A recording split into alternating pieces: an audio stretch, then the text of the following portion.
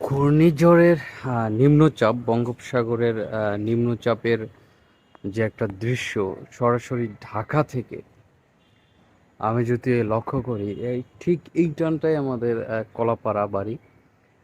এখন বাজে হলো 7:10, কিন্তু আকাশ একদম নিস্তব্ধ এবং আমি আছি এখন 7 তলার উপরে।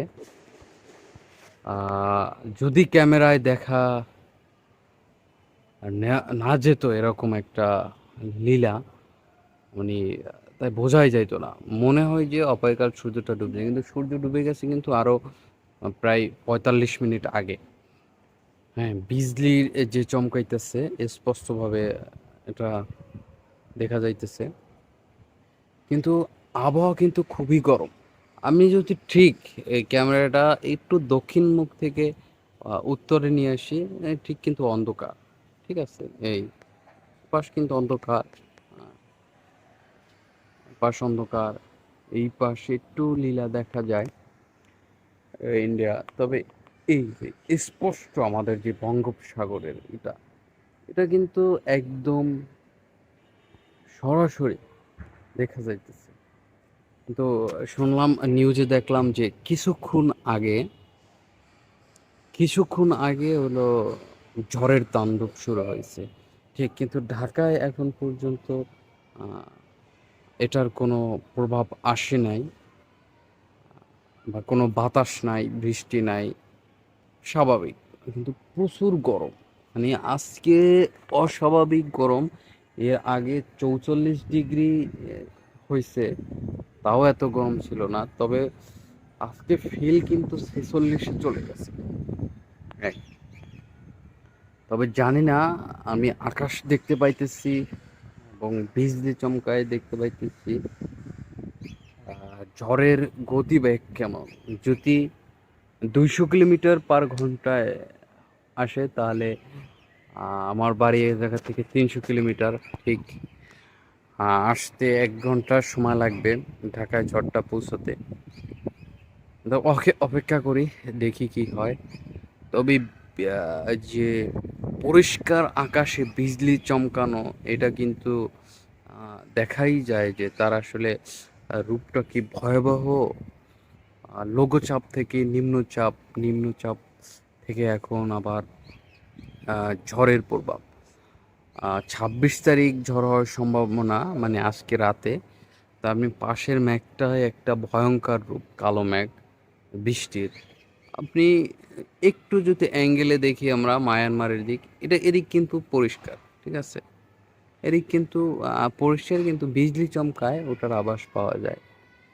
হ্যাঁ, মানে পশ্চিম, দক্ষিণ এবং পূর্ব দক্ষিণ, এই দুইটা জায়গায় দেখা যায়। আর সরাসরি দক্ষিণের যে বিজলি চমকানোর যে দৃশ্যটা, এটা কিন্তু আমি একদম ক্যামেরায় ক্যাপচার করেই নিচ্ছি অলরেডি। এটা হইতেও আছে।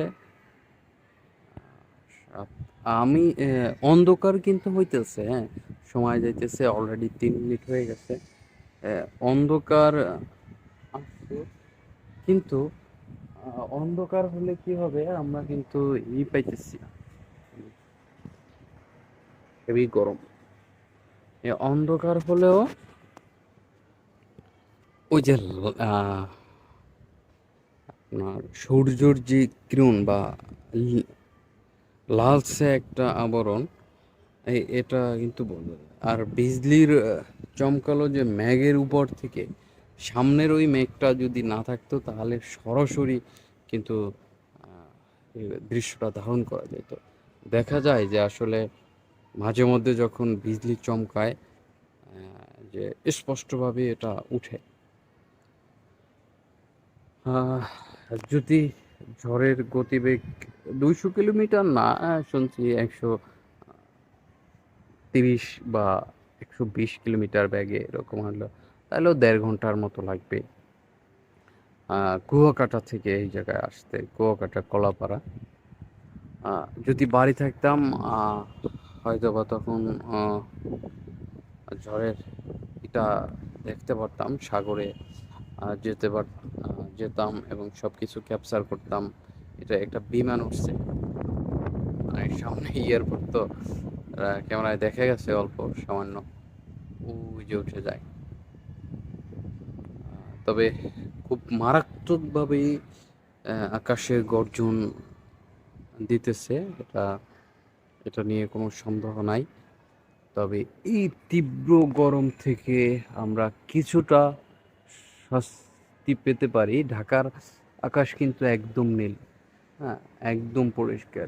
এ যে এত বড় নিম্নচাপ করছে, বা 570 কিলোমিটার না জানি 600 কিলোমিটার দেখলাম কাছাকাছি, এ নিয়ে কিন্তু ঢাকায় তেমন কোনো প্রভাব নাই। আর ঢাকায় যারা থাকে এরাই বোঝে যে গরম কিরে হয়। যাই হোক, যাতে বড় ধরনের কোনো মানুষের ক্ষয়ক্ষতি না হয়, এটাই আল্লাহ পাকের কাছে চাওয়া।